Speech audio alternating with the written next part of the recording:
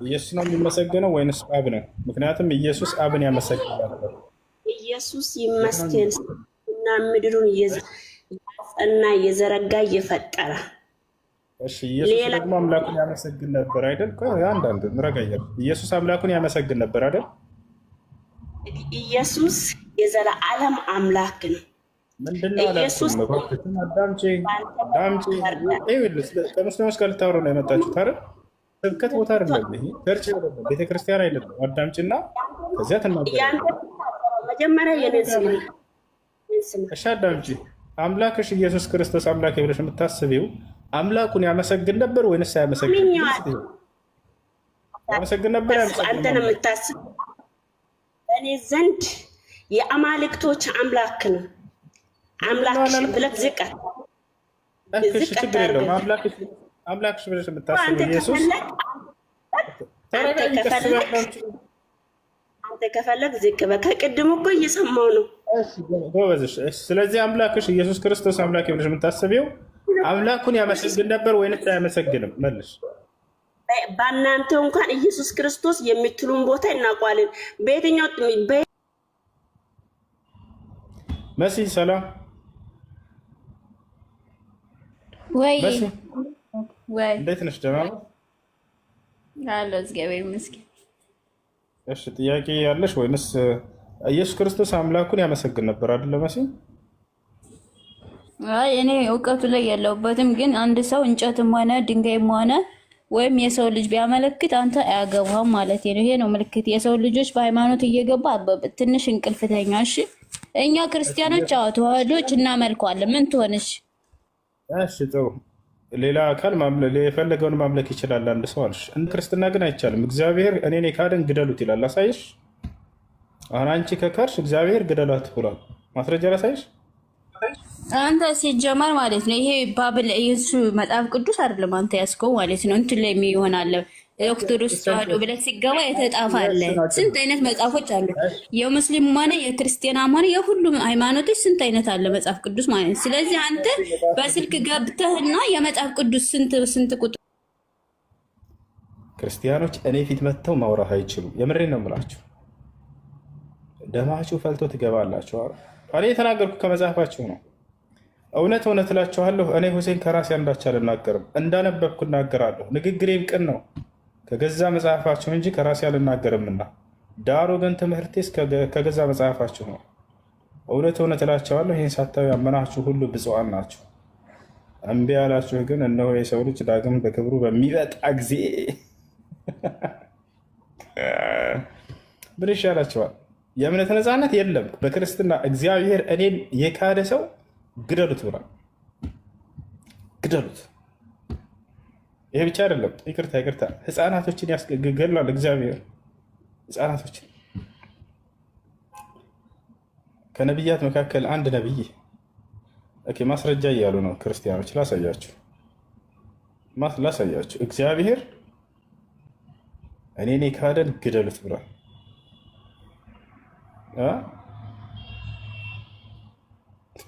ቃል በቃል እግዚአብሔር እሱን የካደ ሰው ይገደላል በቀጥታ። ጸጋው የበዛላቸው አንድ ላሳያት መጽሐፍ ቅዱስ ላይ ምን እንደሚል። እሺ ምን አለ?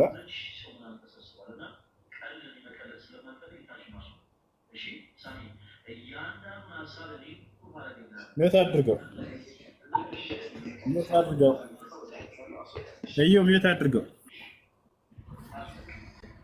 ያውና እግዚአብሔር ምን አለ? የእናትህ ልጅ ወንድምህ ወይንም ወንድ ልጅህ ወይንም ሴት ልጅህ ወይንም በብብትህ ያለች ሚስትህ ወይንም እንደ ነፍስህ ያለ ወዳጅህ በስውር ና ሄደን ከምድር ዳር ጀምሮ እስከ ምድር ዳር ድረስ ወደ አንተ የቀረቡት ከአንተ የሚራቁት አንተን ከበውህ ያሉ አሕዛብ ከሚያመልኳቸው አማልክት አንተም አባቶችህም የማታውቋቸው ሌሎች አማልክት እናምልክ ብሎ ቢያስትህ አለ እግዚአብሔር፣ እሺ አትበለው፣ አትስማውም፣ ዓይንህም አይራራለት፣ አትማራውም፣ አትሸሽገውም፣ ነገር ግን ፈጽመህ ግደለው።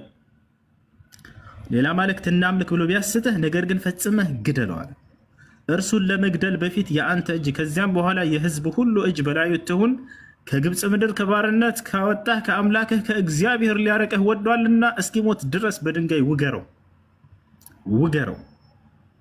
ይሄ ብቻ አይደለም፣ እግዚአብሔር ሕፃናቶችን ግደሉ ይላል። ህፃናቶችን ግደሉ፣ ሴቶችን ግደሉ ይላል። ምን ያሳያችሁ?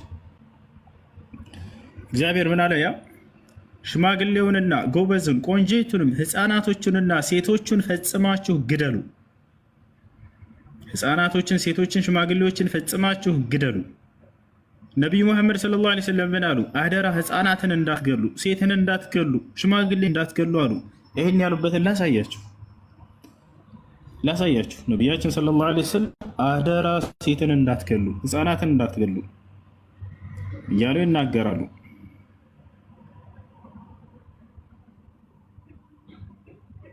ኑ ላሳያችሁ። ያው ወደ አማርኛ አልቀይርላቸው አረበኛ ስለሆነ እዚሁ እያለ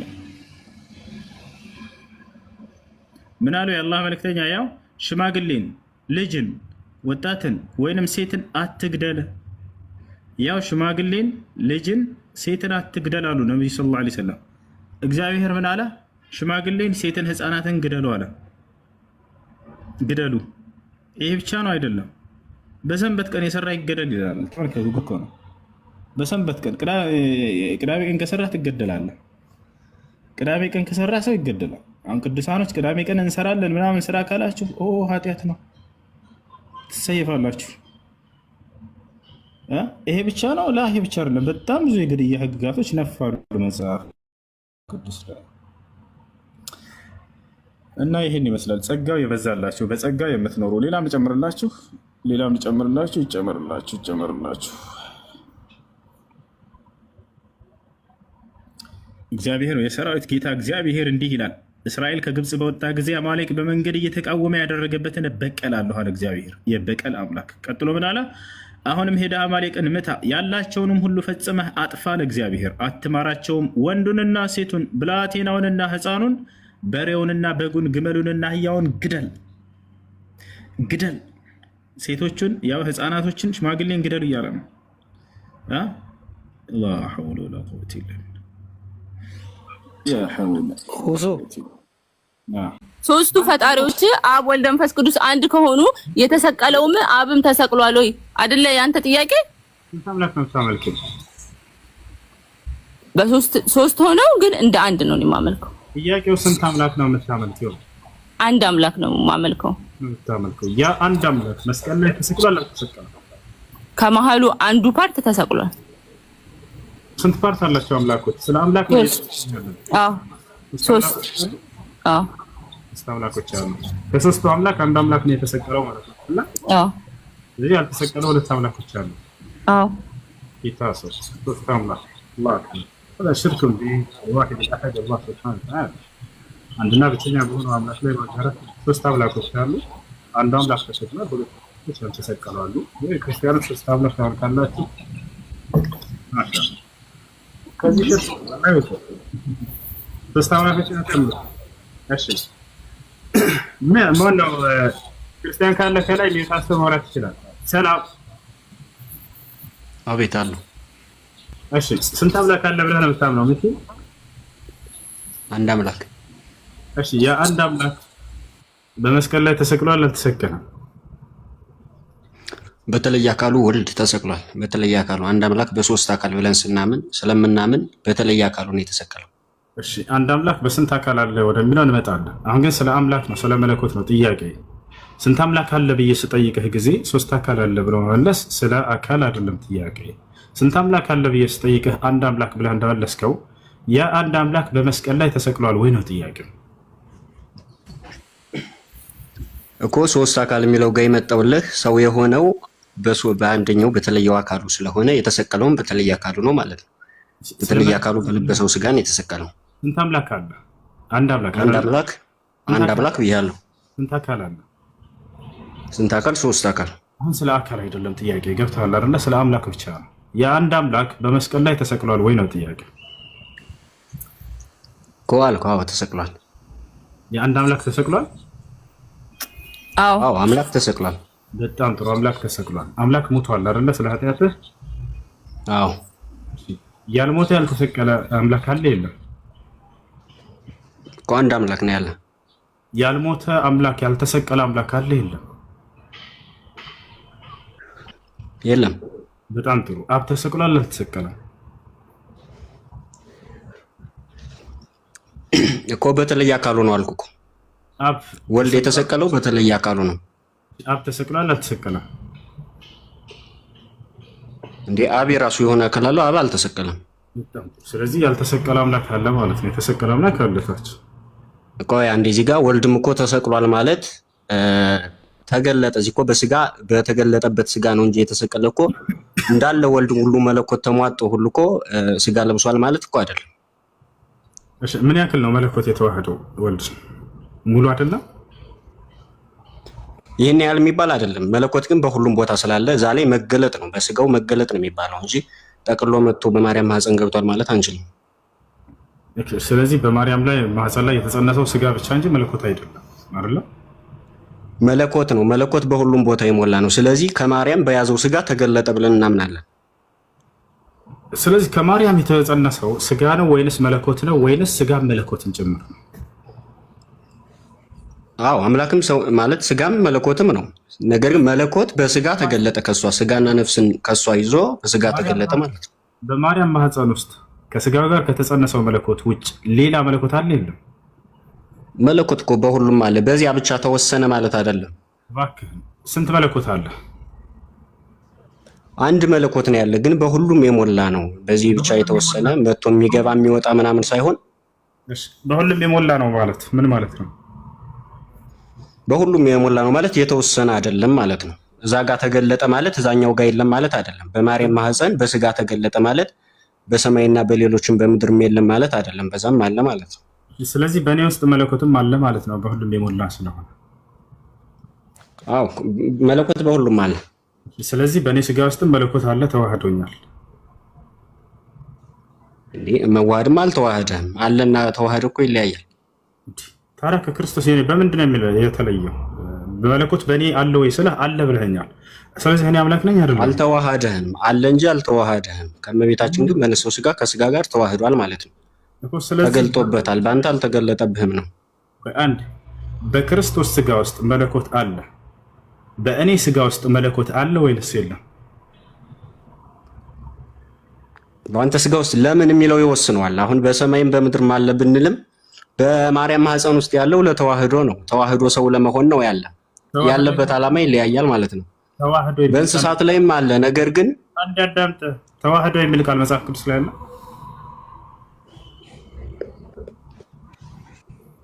ያው በስጋ መገለጥ ማለት ተዋህዶ ማለት ነው አይደለም? ተዋህዶ የሚል ቃል የለም መጽሐፉ ላይ። ነብይ ኢሳና ነብዩ መሐመድን እኩል ማታዩት? እሺ አሁን ለመለስልህ አዳምጥ። እሺ ሚት አድርገው ሰባ ስለሚ እኛ ነብያቶችን እንደ ነብይ እንቀበላቸዋለን። የዒሳን ነብይነት ከነቢዩ መሐመድ ሰለላሁ ዐለይሂ ወሰለም ነብይነት ለይተን አናይም። ግን በራሳቸው በአገልግሎታቸው ጊዜ ባደረጉት ድርጊት በሰሩት ገደል መበላለጥ ያለ ነው። ገብቷቸዋል አይደል? እኛ ላ ኑፈሪቁ በይነ አሐዲን ሚንሁም ይላል አላህ በቁርአን ላይ። በነብያቶች በአንዳቸውም በመካከላቸው እንኳን አንለይም በሉ ይላል። ሁላቸውንም ነብይነታቸውን እንደ ነብይ እንቀበላለን። ነገር ግን መበላለጥ ያለ ነው ወይ የሚለውን መጀመሪያ እንመልከት። አሁን መበላለጥ ያለ ነው። የማይበላለጥ የለም ከአምላክ ከአላህ ሱብሓነሁ ወተዓላ በስተቀር። እርሱ ሁሉን በላጭ ነው። እርሱን የሚስተካከለውና ሊበላለጠው የሚችል የለም። ነገር ግን በፍጥረት መካከል መበላለጥ አለ። መልአክ ከመልአክ ይበላለጣል፣ ሰው ከሰው ይበላለጣል፣ ነቢይ ከነቢይ ይበላለጣል። ለምሳሌ መልአኩ ገብርኤልና ሚካኤል ከሌላው መልአክ ጋር እኩል አይደሉም። ቶቻላር እኩል አይደሉም። እነርሱ በጣም ላቅ ያለ ከፍ ያለ ደረጃ አላቸው ከአላህ ሱብሓነሁ ወተዓላ ዘንድ። ልክ እንዲሁ ነቢያቶችም ይበላለጣሉ ወይ? አዎ ይበላለጣሉ። አላህ በቁርአን ላይ ሲናገር ትልከ ሩሱሉ ፈضልና ባዕضሁም ዐላ ባዕድ፣ እነዚህን መልእክተኞችን ከፊሉን ከከፊሉ አስበልጫለሁኝ ይላል አላህ በሱረቱል በቀራ ላይ። በሌላ ቦታ ላይ በሱረቱል ኢስራእ ላይ ወለቀድ ፈضልና ባዕض ነቢይና ዐላ ባዕድ ወአተይና ዳውደ ዘቡራ ይላል። በእርግጥም ከፊሎቹን ነቢያቶች ከሌሎቹ ነቢያቶች አስበልጫለሁኝ እያለ ይናገራል።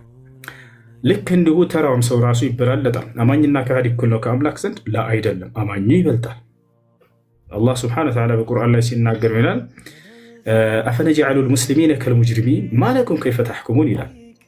አማኞችን ሙስሊሞችን እንደ አማጽያን ከሃዲያን እኩል አደርጋለሁኝ? እንዴት ነው የምትፈርዱት? ይሄን ነገር እኩል ያደርጋል ብላችሁ ስታስቡ በፍጹም እኩል አይደሉም ይላል። በሌላ ቦታ ላይ አማኞችና ከሃዲያኖች እንደሚበላለጡ ሲናገር ይላል ቃለ ስብሐነሁ ወተዓላ ኢነ ለዚነ አመኑ ወዐሚሉ ሷሊሓት ኡላኢከ ሁም ኸይሩል በሪያ ኢነ ለዚነ ከፈሩ ሚን አህሊል ኪታብ ወልሙሽሪኪነ ፊ ናሪ ጀሃነም ኡላኢከ ሁም ሸሩል በሪያ። እነዚያ በእኔ በአላህ አምነው መልካምን የሰሩ ሰዎች እነርሱ የፍጥረት ሁሉ በላይ ናቸው አለ። እነዚያ የካዱት ደግሞ አለ ከመጽሐፉ ባለቤቶችም ሆነ ከአጋሪዎች እነርሱ የፍጥረት ሁሉ ዝቅተኞች ናቸው እያለ ተናገረ። ስለዚህ አማኝ ከካህድ እኩል እንደማይሆን እንደሚበላለጥ ሁሉ መልአክ ከመልአክ እንደሚበላለጥ ሁሉ ነቢያት ከነቢያትም ይበላለጣል። ይህን ከተረዳን ታዲያ የሚበላለጡት በምንድን ነው? ከዚያ በኋላ ማን ይበልጣል የሚለውን ደግሞ እንሄዳለን።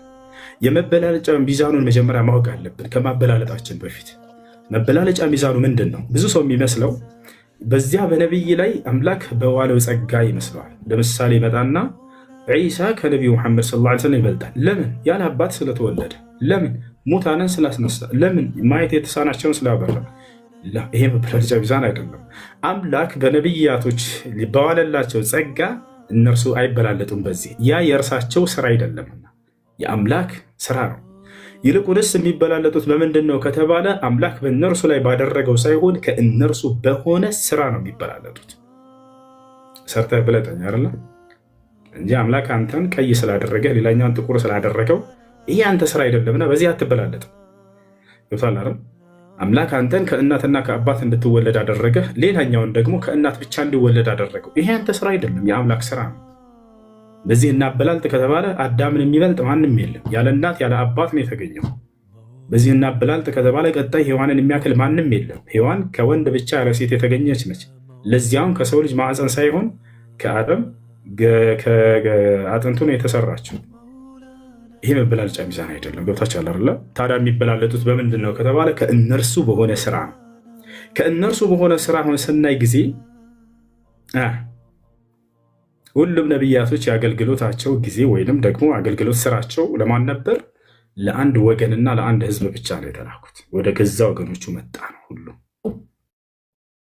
ዒሳ ለማን የተላከው? ለእስራኤል ወገን ተላከ። ሙሳ ለማን የተላከው? ለእስራኤል ወገን ተላከ።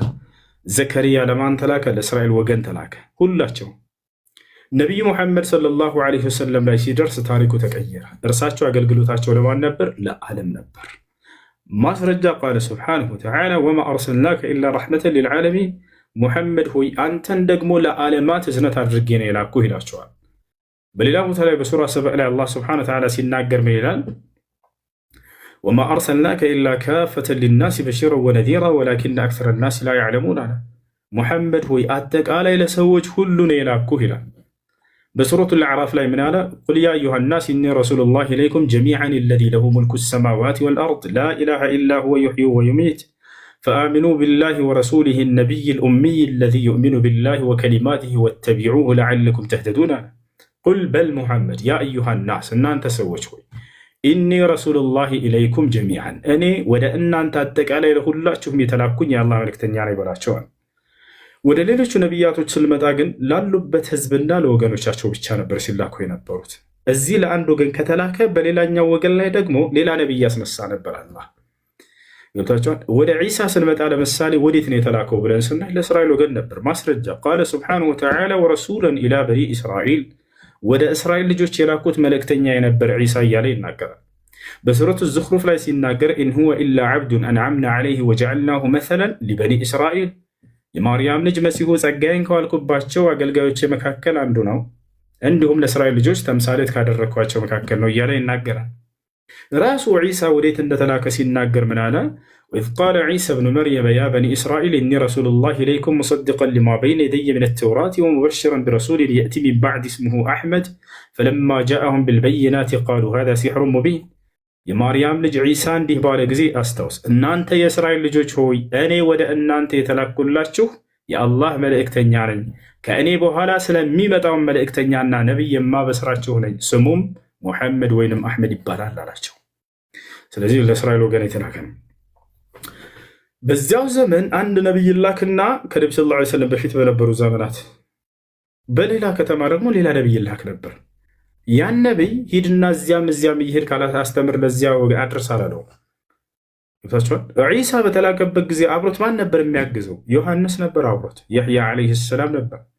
ዮሐንስ በነበረበት ጊዜ ማን ነበር? ዘከርያስ ነበረ። ዘከርያ ዓለይሂ ሰላም እዛ ኢብራሂምን ልኮት አላህ ስብሐነሁ ወተዓላ ሂድና በዚያ ማስተምር አላለውም። ለሌላኛው ከተማ ሌላ ነቢይ ያስነሳ ነበር። ኢብራሂም እዛ ተልኮ የወንድሙን ልጅ ሉጥ ዓለይሂ ሰላምን በሌላኛው ከተማ ላይ በዚያው ዘመን በአንድ ዘመን ይልካቸው ነበር። ሙሳ ዓለይሂ ሰላምን አስነስቶ ሃሩንን እዚያ ያስነሳው ነበር። ዳውድ ዓለይሂ ሰላምን አስነስቶ ሱለይማን ዓለይሂ ሰላምን ወይም ሰለሞንን ያስነሳው ነበር።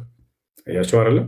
በነቢዩ ሰለላሁ ዐለይሂ ወሰለም ጊዜ ግን ያ ሁሉ ነቢያት እየተጋገዘ አስተምሮቱን ሲቀጥል የነበረውን እርሳቸው ላይ የሁሉም ነቢያት አስተምሮ በጫንቃቸው ላይ ተጣለ። አንተ ብቻህን አስተምር ተባሉ። ገብታችኋል? ማንም ከጎናቸው ሆኖ የሚያጸናቸውና የሚያግዛቸው እንኳን አልተላከም። ለአንድ ወገን የተላከና ለአንድ ወገን ያገለገለና ለዓለም ያገለገለ እኩል አይደለም። ለዚህ ነው ነቢዩ ሰለላሁ ዐለይሂ ወሰለም ታዲያ ቃል በቃል ሲናገሩ የነቢያቶችን በምን እንደበለጡ ቃለ ነቢዩ ሰለላሁ ዐለይሂ ወሰለም ፉድልቱ ዐለል አንቢያኢ ሚን ቀብሊ ቢኸምስ ካነት አልአንቢያእ ሚን ቀብሊ ቱርሰሉ ኢላ ቀውሚሃ ኻሳ ፈአርሰለኒ አላህ ኢለናሲ ካፋ። ከቀደሙት ነቢያት በአምስት ነገራቶች በለጥኩኛ ነው። አንደኛው ምንድን ነው? የቀደሙት ነቢያቶች ወደ ወገኖቻቸው ብቻ ነበር የሚላኩት፣ እኔ ደግሞ ለዓለማት ህዝብ ሁሉ ተላኩኛ ነው። ያ ነው። ይህን ይመስላል። እሺ ኦኬ። እዚሁ ላይ እሱ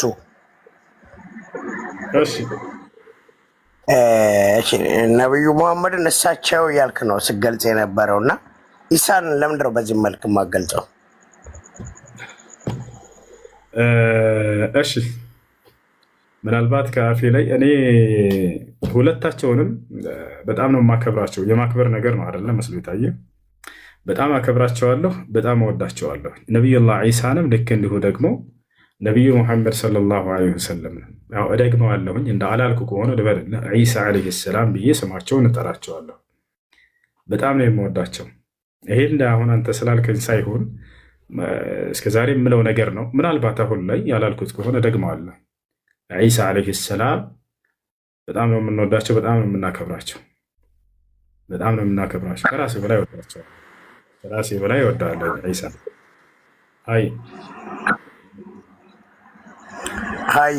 ያው አጋጣሚ ያው አሁን እንትን ስላልኩ ነው እንጂ በብዛትም አሁን ከእስልምና ውጭ ለሆኑ ሰዎች ኢቭን አሁን ኢሳን ያው እኛ ኢየሱስ ስለምንል በእስልምና ኢሳ እንደሆነ እናውቃለን በተለያየ አጋጣሚ ማለት ነው።